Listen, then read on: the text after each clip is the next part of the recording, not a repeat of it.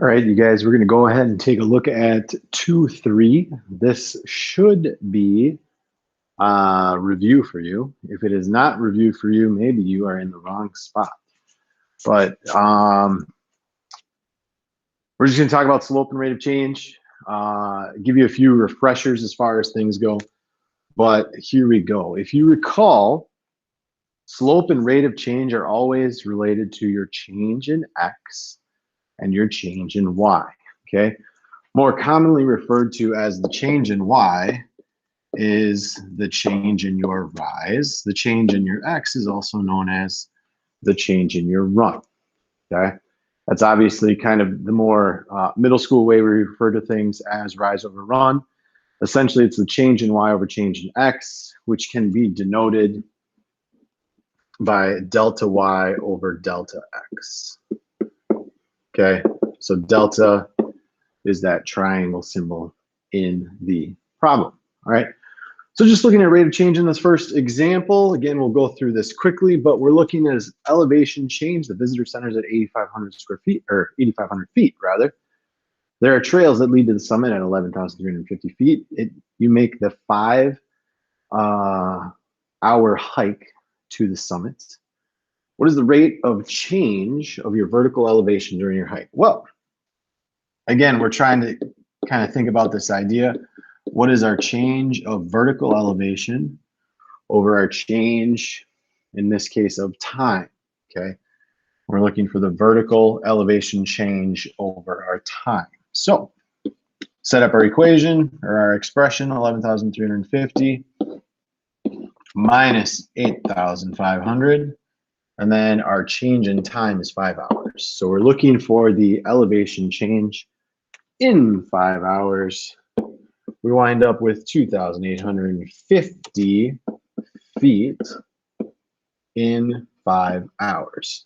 So we went up 2,850 feet over that 5-hour time period, which is equivalent to 570 feet per hour. So that is my average rate of change over the course of my 4-mile hike. Again, that's not that we were constantly going at that 570 rate. That's just the average vertical change over time. Okay. We're going to relate this back to algebra a little bit. As we go into this, some of this should look familiar for you. So I'm just going to pick 2 random points on my graph, and we're going to call them x1, y1, and x2 and y2.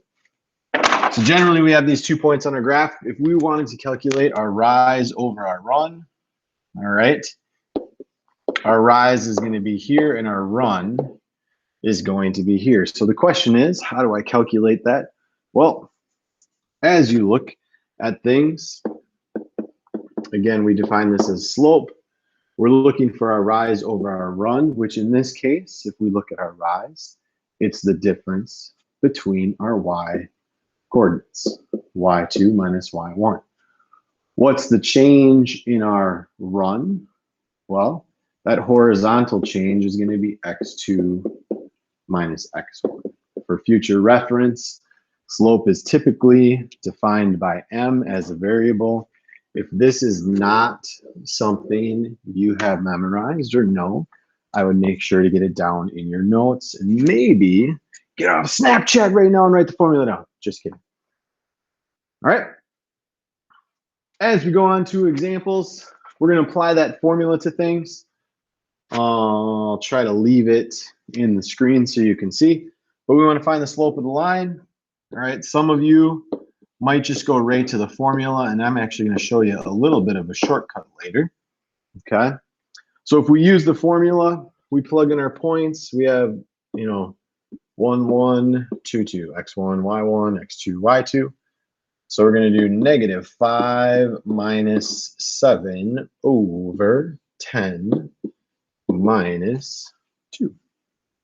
Up top, we get -12 over 8. Always reduce your slope, you guys. We wind up with -3 halves as my slope. Okay. A lot of times, you guys, I don't know if you know this, but students tend to confuse, is it x2, y2, y1? Is it y's over x? Is x over y's? I just don't know.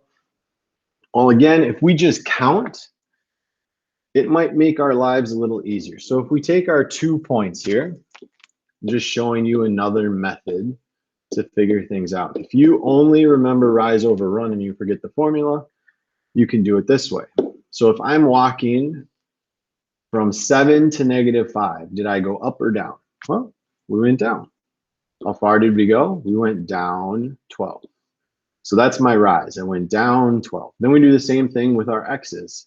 If I walked from 2 to 10, how far did I walk? Well, I walked over 8 steps. If you notice, we get the exact same result. -12 over 8 reduces to -3 over 2. So you can either count or use the formula. Either way, you will arrive at the exact same point. All right. Again, preferable to maybe using the formula when we're given a graph. It's really easy to find a couple points. All right. Always use nice numbers if you can. So if we're looking, our vertical change is -2, our horizontal change is 4. What is -4 over 2 reduce to? -1/2. So the slope of this line is -1/2.